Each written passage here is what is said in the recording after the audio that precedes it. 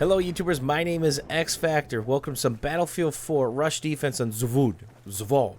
Hopefully I'm saying that right, because I know my pronunciation of Zavod is absolutely horrible. The only reason I know that is I've got some pretty kick-ass European community members who are trying to help me out with my pronunciation. So, one tank down, one to go. I literally just spawned into this server after just joining this server and sitting in the spawn screen at the previous set of MCOMs, just watching.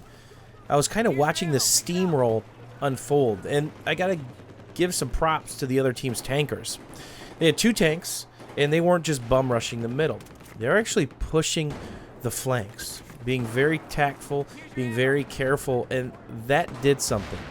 It set up the ultimate crossfire, so you don't have two greedy tanks on the attack. You've got two guys sitting passive, slowly pushing, and it forced our defensive infantry and our defensive tank in the middle, into the crossfire, and people were just getting shredded. It was unbelievable. You were just watching these people run, the defensive players in the middle, and just getting shredded.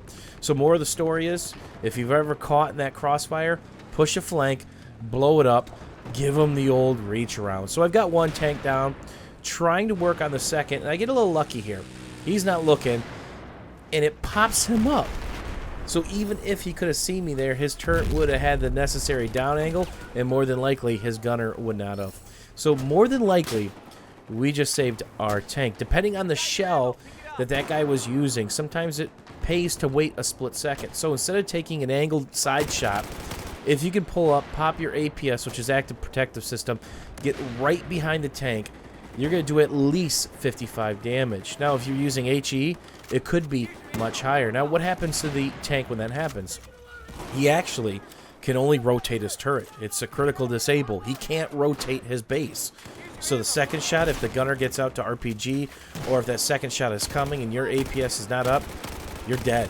There's absolutely nothing you can do. And depending on what tank you're in, you don't have down angle to even shoot back at that tank. You are dead in the water. So sometimes it's worth that sacrifice, especially if you have infantry pushing with you. Not that that tank had infantry at the time. And the heat is coming here, and time to get out of the room of death. So I was literally just sitting in the spawn screen saying, man, these guys are just getting steamrolled. I don't know if I really want to spawn in and just get shot in my face over and over again. But I'm actually going to try to make something of this with the MG4, trying not to go too far down the stairs, because as I go further down the stairs, that exposes more of me to the bad guys. I like to show them my piggies, my toes, as I tell my daughter, where's your piggies? And she points, Daddy, piggies, piggies, piggies. She's off to being obsessed with toes now and feet instead of her belly button, which is the cutest thing in the world. We used to go, where's your belly button? And she'd pull up her shirt and rub her belly button, and then she'd try to, Daddy, where's your belly button, basically.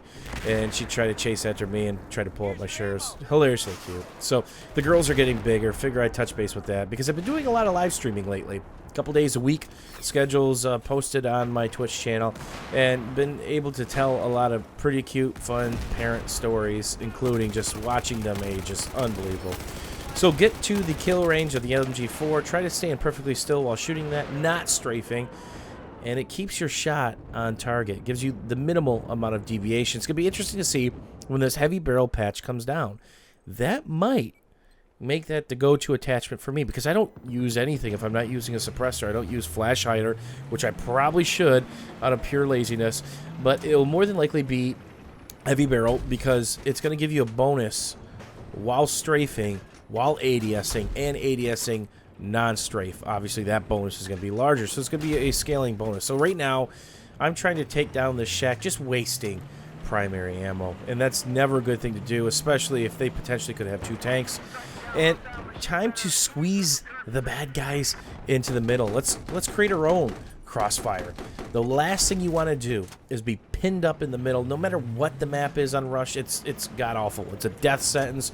You're going to be scratching your head saying, where's this enemy fire coming from? It's coming from everywhere if you get bottled up in the middle. So sometimes it's worth a suicide push as I'm trying to figure out what infantry are on my mini-map and trying not to push right away. Maybe, hopefully, they are being distracted, and then I decide to push. And what better camo than having a pine tree on the top of your tank? I know once in Battlefield 3 I had a tree in the middle of my attack chopper, and that worked out pretty well. So I know there's guys behind these walls. I can see them on the mini-map, but obviously we like to hide. We're creatures of habit. Concrete is safe. Usually. And again, I'm kind of wasting more ammo, but I don't want to get flankety-flanked. The last thing I want to do is focus on their flank while they're flanking me. So I'm trying to minimize the angle of threat and the potential for death because, again, the armor doesn't scare me in Battlefield 4. It is the droves of infantry that have anti-armor solutions. And again, the APS thing should be fixed with the law spam. The APS active protective system should be stopping the law here in probably the second assault patch, which is coming up. Rumor has it, next week sometime, within the next 8 or 9 or 10 days or so far. And there is a threat, but he's in a little foxhole. I gotta be careful. That is something maybe it's worth risking a main shell for, and I'm in a lot of trouble here. So what went from a steamroll to destroying both their pieces of armor and kind of bottling these guys up and giving them something else to think of. Get the tank out of the middle if you can, because that's a predictable location. If you're predictable with your armor or your infantry placement, you allow people to set up against you and counter your position. Obviously, maps like this, they give you breathability and room for freedom to do what you want and not just be bottled up. Don't be the fish in the barrel. Be the guy shooting the fish in the barrel. Hopefully you guys enjoyed this quick little snippet on some Zavod rush defense. As always, YouTubers, thanks for watching. Thanks for hanging out. And if you guys have any questions or comments, don't forget to leave those down below. See you soon, YouTubers.